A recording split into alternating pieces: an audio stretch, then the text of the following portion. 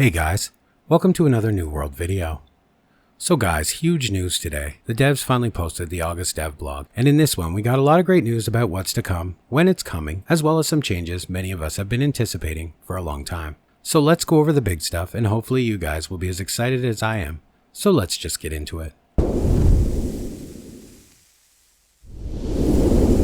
So the first huge announcement is of course the Brimstone Sands, which will be releasing around October. I know in this video they say October, but as we know, this is a large update and many things can potentially go wrong between now and then. So let's just say plan for October. So right off the bat, as we can see from the B-roll they played while talking about it, this new area looks amazing. Everything from the mobs to the scenery is just off the charts beautiful. And they say that this new area will be massive, with 3 new zones to explore and 9 completely unique enemy types. So what's the story here? Well, they didn't give us much.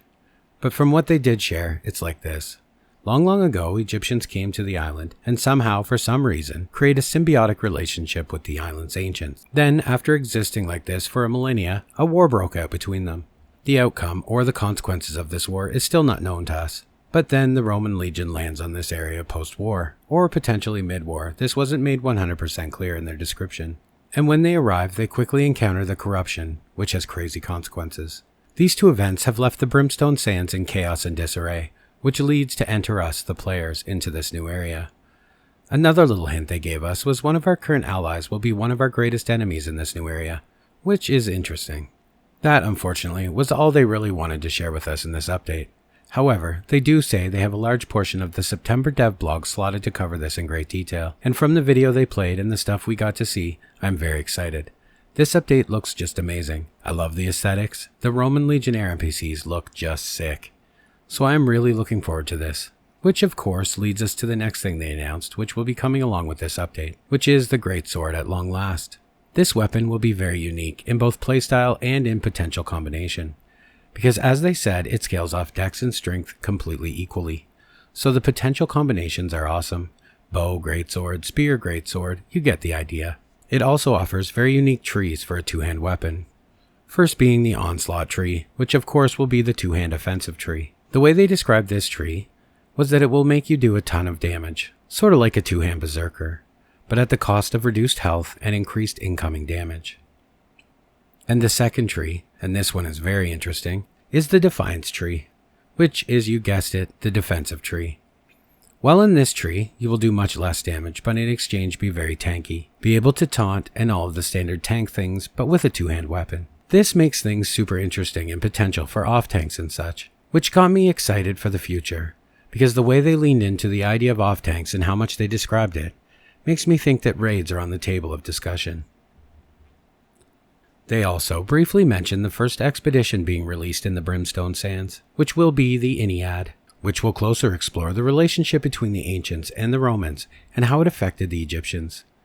This one they promise will be huge, making it longer, with all new mechanics never used before, no reskinned enemies, and they say it will be like nothing we have experienced before in New World, but we will see. I don't like to set my expectations for expeditions in this game just too high. I do hope that it is everything they describe.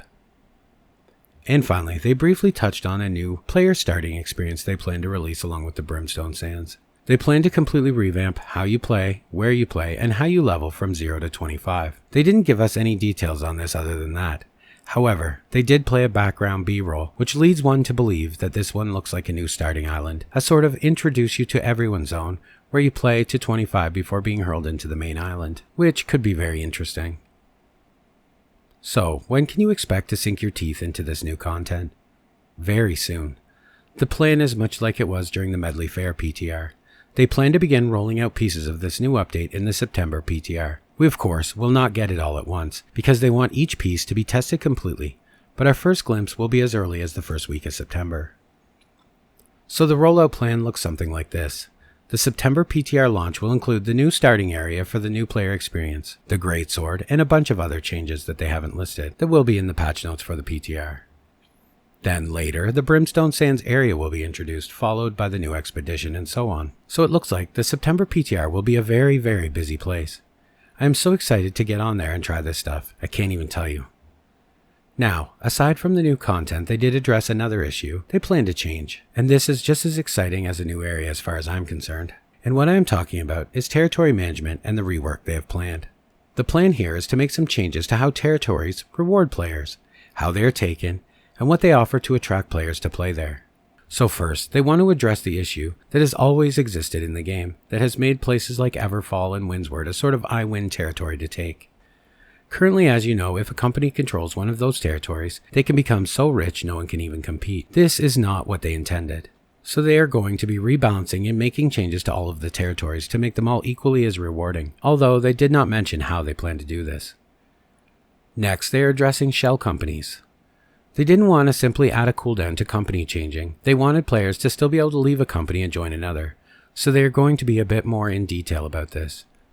First, they are adding a player cooldown on war participation. And secondly, they are changing it so that if your company is defending a territory, the defending team must consist of a minimum amount of players from that company. 35, 45, 50. They haven't decided quite yet, but they hope that it will lock people into companies and keep things above board.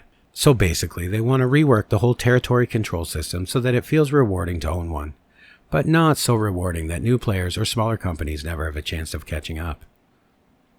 They also want to give crafters a place in the territory management system, because they may not be participating heavily in the wars, but the outcomes affect them a great deal. So they are making some of the changes to territory management that will surround crafting, but again, no clear details. This, however, will not happen quickly. They say that changing how these systems work will touch and impact almost every system in the game, so the smallest oversight or error will completely break everything. So they will be taking their time on this revamp, so don't expect it to happen soon. I just wanted people to be aware that it was being addressed and changing. So guys, it was a short dev blog this month, but a very exciting one. I'm so hyped for the Brimstone Sands I can't even tell you. Are you guys going to be on the PTR to try this, or do you plan to hold out until the live release to get it all fresh? Let me know in the comments. Okay guys, that's all for this one. I will be covering this PTR when it launches as I have in the past.